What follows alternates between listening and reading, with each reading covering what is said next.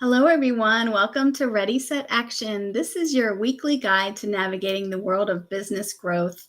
I'm Kristina Witmer, a marketing veteran, and I'm joined by Debra Horowitz, a talent leader.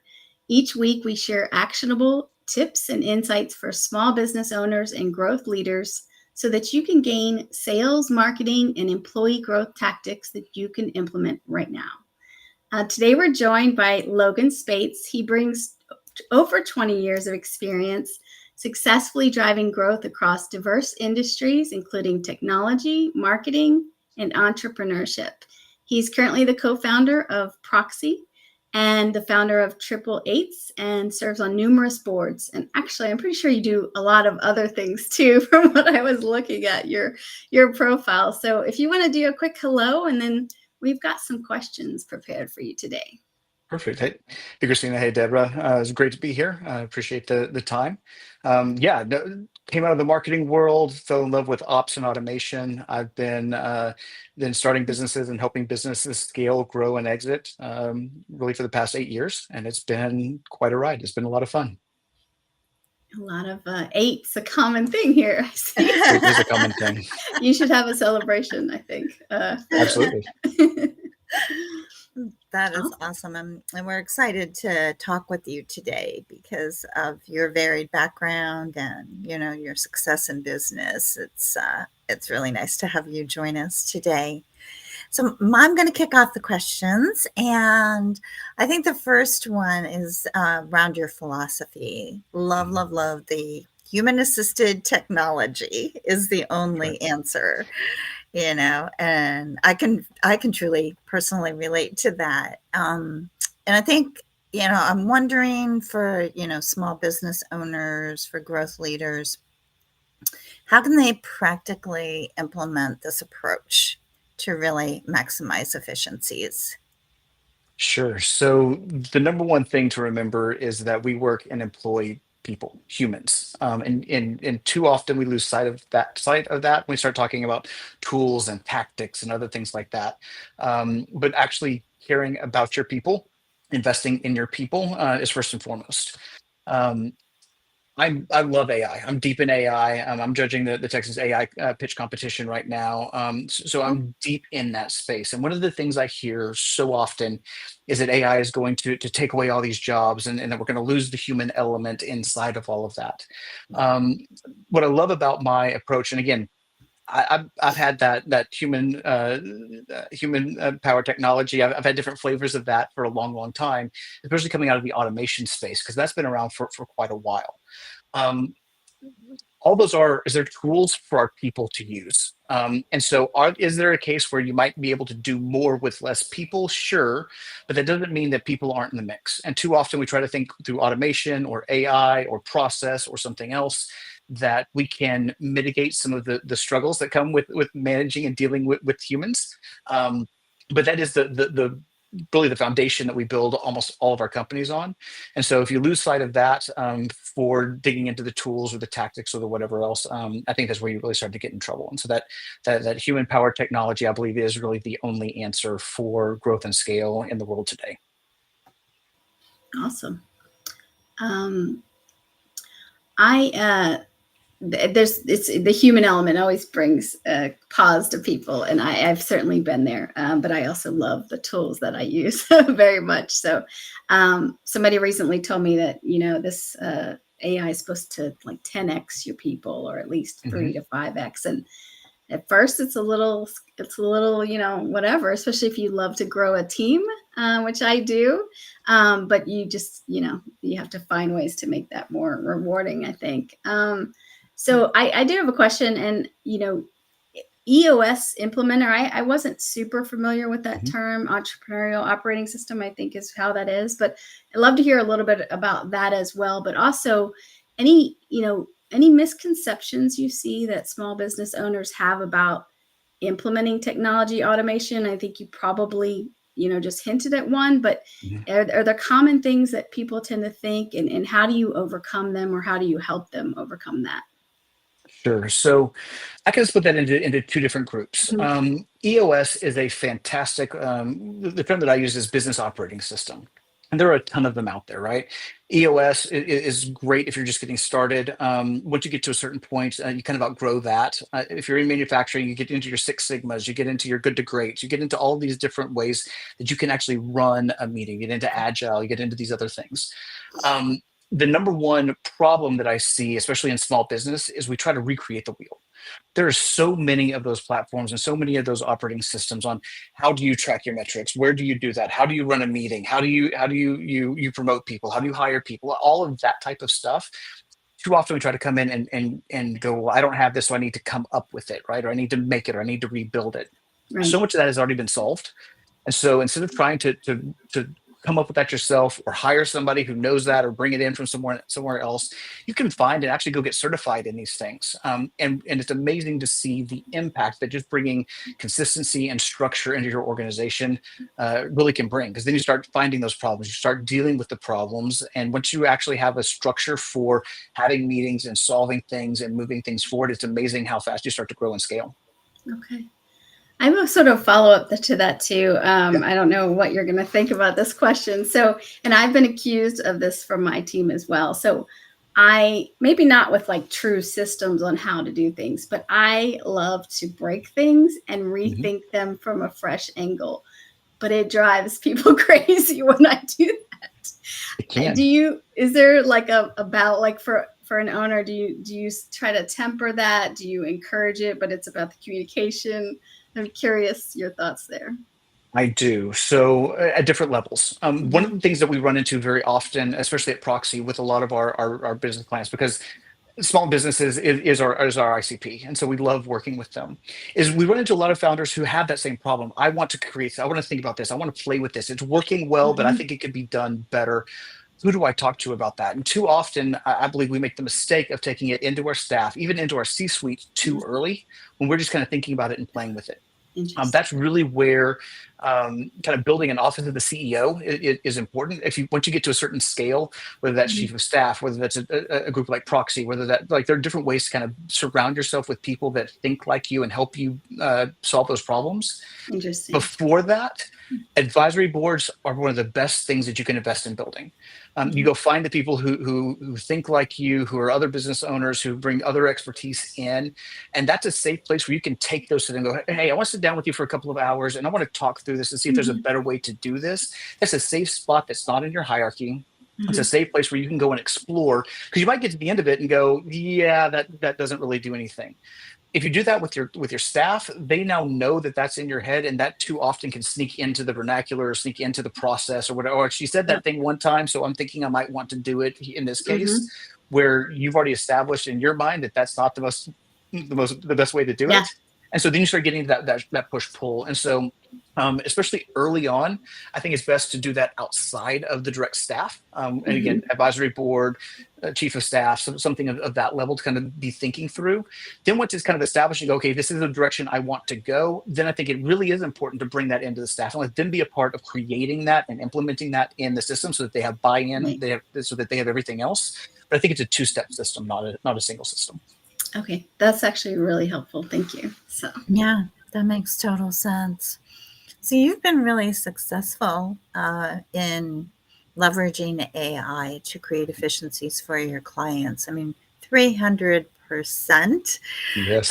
increase in efficiency sounds incredibly great, right? So can you share any tangible examples of, how a small business or medium-sized business could apply it for their sales or marketing? Absolutely. So the case that you're actually referring to was a small development firm. They were very, very niche and had a fantastic brand. And so one of the things that they had was all their brand voice done. They had very specific ways of speaking. They had very specific ways of interacting with all of their users. And so one of my favorite things about them is they would never tell us, even in the customer service side, they would never tell their clients no. What they would do is if the client said, hey, can your system do this? They weren't allowed to just say no. What they were allowed to do is go, well, right now it doesn't work that way. Here's how it does work, or here's a way that you can do something similar. So they had all these nuances to how they had their brand, which is why they had a fantastic brand to begin with. Because of that, their customer support system, when somebody would send in a ticket or somebody would write in and send them an email, their average turn time was 2.5, 3 days to get back to somebody, just because of all the work that it was taking their customer service reps to think about it, to process it, to build it, to kind of tweak all that stuff. And so we took not only all of their brand stuff, we then took a bunch of their customer service emails historically and pulled all that into an AI and trained an AI specifically on their customer service responses to their technical problems. I had all their documentation, everything else. Now, very security minded. And so they took a more expensive route. So they dedicated hardware. There was air gaps from the outside system. So there was nothing that could get in or out. Nobody else could see any of their stuff. So they were able to put all their proprietary information into it. So security was top of mind. But it became a tool to where when an email came in, their customer service reps could actually put the questions directly into the AI. It would take from all that information and generate an initial response. Then it was the customer service rep's job to read through it, verify that it was accurate, maybe tweak it a couple places if it wasn't exactly right, and then be able to pass that on. So it was a manual kind of air-gapped system to make sure that security was in place. But it took that 2.5, 3 day response time down to now they're well under a half a day. To get back to their customers. And if you're talking about angry customers, if you're talking about people who are wanting upsells, things like that, going from 3 days to half a day not only means the 300+% efficiency improvement, but that means real dollars to your bottom line. Yeah, That's awesome. absolutely. I like that they still had the the customer service reps to fine tune and part of the process. That's nice. Absolutely. And again, they were skeptical at first because is it going to take my job? It was all this stuff we just talked about. But then when they were able to see that, and they even went through and go, okay, they had that one that's been in their mind that they weren't ever really able to get right or phrase it specifically right the way that the brand needed it. They went and dug up old stuff and dropped it in, and the AI had gotten so good that the results that were coming out of it were just blowing their minds. And again, they got back to their customers. They were able to do everything, and we've seen even satisfaction go up with their product. And so it's been fantastic. Cool. That's a fantastic example. Thank you. I want to get a little bit of your take on leadership transformation. It can sound a little broad when you start, talk about it, but I'm sure there's specific keys and things that you approach when you're looking at scaling. So, how do you start that conversation with someone? How do they know that that's what they want to do? And how do you make sure that they're ready for it? Sure. I don't think it's ever too early to start getting ready for that leadership transformation. The number one problem that I see across all of our businesses that we work with is that we tend to believe as owners and founders that we are the linchpin in our companies. We like to do a lot of the work. That's why we start the companies that we start, is because we have a passion for something or we're really good at something. So we get into it and we start doing it, whether it's freelance or whatever else. And as you start growing, you start building a team around it, it's hard to separate yourself from the work itself. Right? And so when we start talking about leadership development, what that really is, in my opinion, is learning how to make yourself obsolete. How do you bring up and train your staff to be able to do the things that are required for your business to operate? Whether that's setting up systems like the business operating system, they know how to run it. They can run the meetings. You don't have to. Succession planning is important. Not even you're just trying to get out of your company, but who's going to take over all of your key roles? How are you training and leaning into those people? How are you making sure that they know how to do the job? But even more than that, once you start building these companies and once you start looking at exit, you start talking to any PE group or any VC or anybody like that, and you're really trying to get your return out of this asset that you've been building for years that you care about. If you are still a linchpin in your company, your value goes down significantly. And if you do sell, you're still locked into that company for typically 3 to 5 years in some sort of an earnout because the company can't operate without you. So too often we start talking about leadership development, we start thinking about how am I going to do my job better? And I think that's the biggest mistake. It's how do I make myself irrelevant here? And how do I then pour into the people who are doing the work and really kind of elevate yourself up to that level? I think that's the key step in a lot of those transformations. That's very interesting. So you do a lot of building, you do a lot of mentoring, in everything you do, including on the board of directors for a lot of organizations. And Kristina and I are big on building blocks, right? That's the whole reason we started these sessions, is creating paths forward. So what are some of the strategies or the tools or those building blocks that you would recommend leaders look at, and the steps that they need to take to really bring great solutions to their customers? Sure. The biggest building block that I like to base a lot of my work on is delegation. Building a process and a tool and the skill of delegating well. Too often we as leaders abdicate and call it delegation. I don't have time for this. I'm going to abdicate it all to you. You go and do it, and everything else. But really learning how to own the results of that, but empower your people to do it, and working through that in a very real way. Once you build that skill, it really can apply all over your life, whether it's parenting or other organizations outside of a business realm. But being able to still own the results, but have other people facilitate that is great. And even then, once you learn that, it applies to AI right now, right? Here, I have all the knowledge, I'm doing all the things, but I want you to go do the work. It's if I'm offshoring some stuff, I have all this stuff. How do I empower you to go do it, but it's still my deliverable? Those types of things, really, that foundational building block of how do I delegate effectively is one of those really kind of key markers that can change the trajectory of a career. And that's something they don't teach in school. It's not. And it's something that's hard to learn, especially if you've been the practitioner for so long and you can just do it. Learning how to enable someone else to do it. And honestly, being okay if they don't do it to your level. I mean, if you've been doing it for 20, 30 years, you're going to be at an expert level. If you've brought in an entry level person to do it, you can't expect them to do it as well as you have after 30 years. Yeah. And so even being able to go, what is good enough inside of this, and being okay with that balance. I had a Post-it note on my screen for a long time that said 80% done by someone else is better than 100% or something done by me. Absolutely. You know, maybe not for everything, but I was trying to really get that into my head. Yeah, and I've struggled with that as recently as this week, you know, and I kept having to tell myself, it's not going to be done in exactly the same way, but it's going to be okay.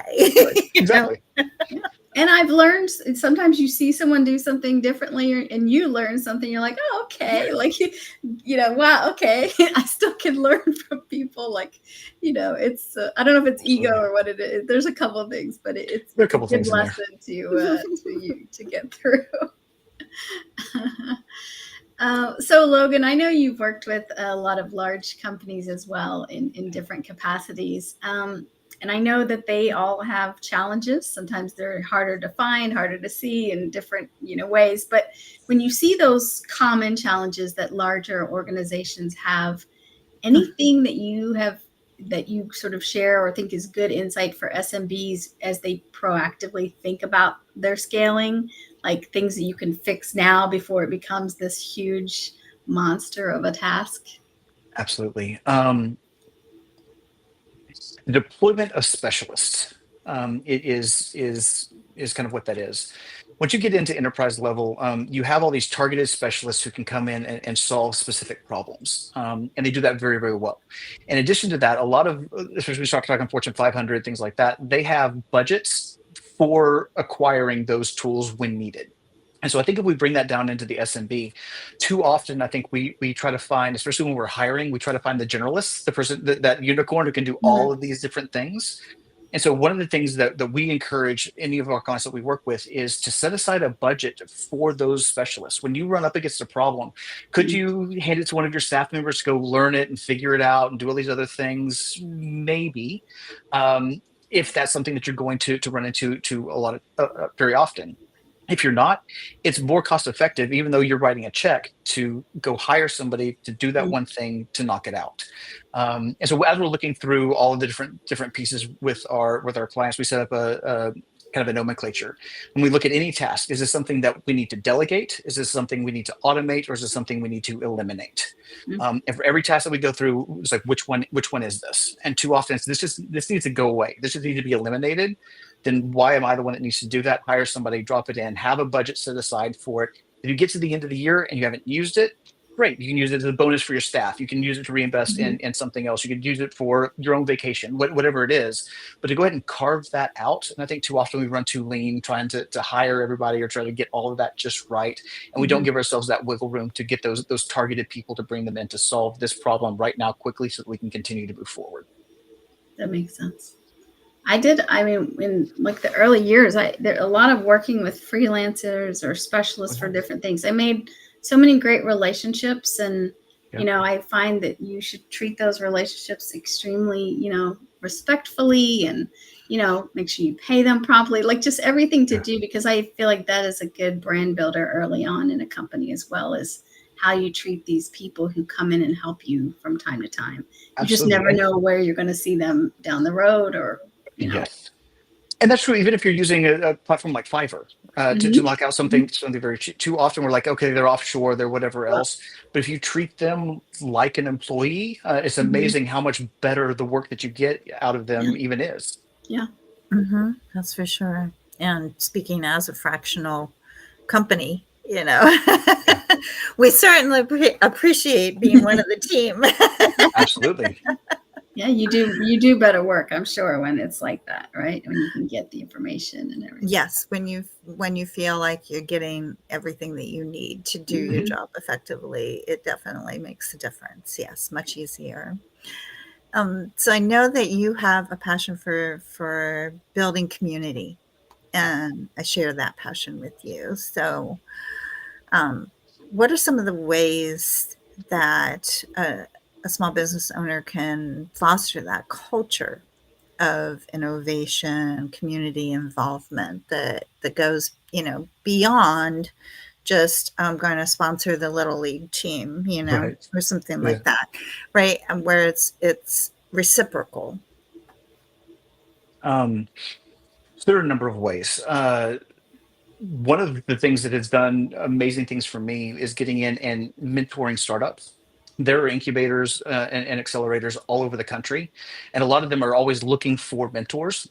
I can tell you that I've poured a ton of time into the ones that I'm a part of, but I've returned more out of it from getting to know other mentors, getting to know these other startups, getting to solve problems in their organization that I then all of a sudden run into a couple of years later, but I've already kind of solved it. So even things like that, and having those communities that you can bring things together. So getting out and serving that way. The other thing is, too often we get into the scarcity mindset of even my competitors. We're all competing for the same people. We're all doing these other things. It's us versus them. If you can get outside of that and go, no, we're a community. If we're a digital agency, if we're a marketing firm, if we're whatever else, get to know your other owners. Build those relationships, because you're going to have staff that's going to move back and forth. You're going to have things that happen. You're going to have big projects that come in that you need to collaborate with. You're going to have things that might not fit you that you can pass to them. If they get something that doesn't quite fit them, you want them to pass it to you. So just kind of building that as well. And then as the owners themselves, one of the things that as you start delegating, as you start getting your staff up and going, naturally, you're going to start distancing yourself from the day-to-day work inside of your organization. That's a great time to really start looking at boards, whether it's other corporate boards and a paid seat, which are fantastic, or even nonprofit boards. Find something that you're passionate about and get out there with it. And I know that sounds altruistic, and there's a lot of that in there. And the ones that I'm a part of is because I have a passion for their cause. I really do. But at the same time, once you start getting into those boards, you start meeting other people like you. So you're sitting around the table with other executives, other people with influence, other people with power in your area. And so being able to collaborate on those things, it's amazing how often you run into a problem. You're like, hey, I'm going to call my friend I'm on the board with, because that's what they do. And really starting to bring those things together. And so I think as you start opening up more time in your schedule, giving back at that level and really starting to look seriously at both corporate and nonprofit boards is a great way to give back. How do you start to get into some of those nonprofit boards? Is it finding people who are already on the board, or is it finding more of a formal process typically? There are a number of ways of doing that. There's a platform called Board Build that actually has a bunch of board seats that are opened. Some of them are even remote, so you can go in and kind of filter that down. So that's a great platform if you're really just going out there and looking.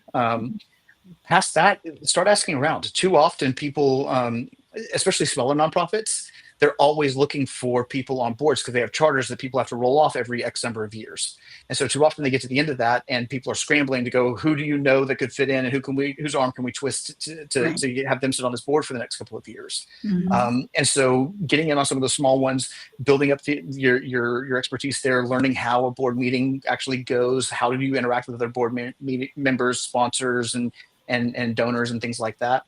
Not only does that apply back to your organization, but again, you start building those relationships, and as you start moving up into bigger and more powerful boards, so do those connections. Okay, cool.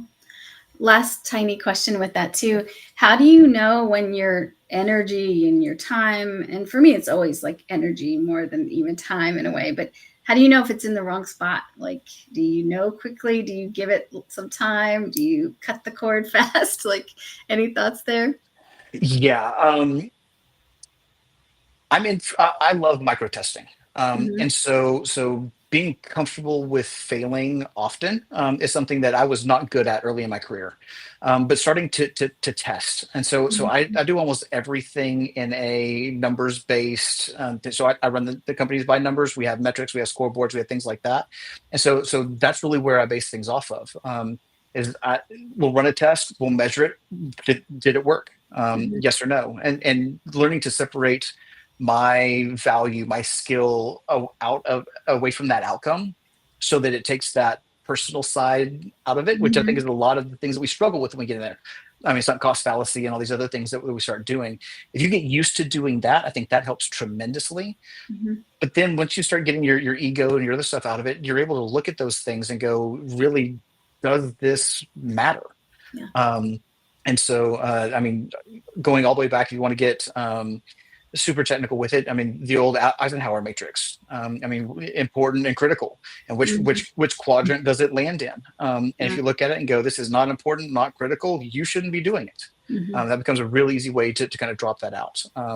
So that ROI, your level of effort, those types of things, you can build a system and a structure to measure those things. And then it makes those decisions really, really easy. And again, has nothing to do with your ego or your skill or your team or anything like that. It becomes more factual. And I think it makes it a lot easier to make those decisions. Awesome. Very good. Deb, you have anything else before we wrap it up?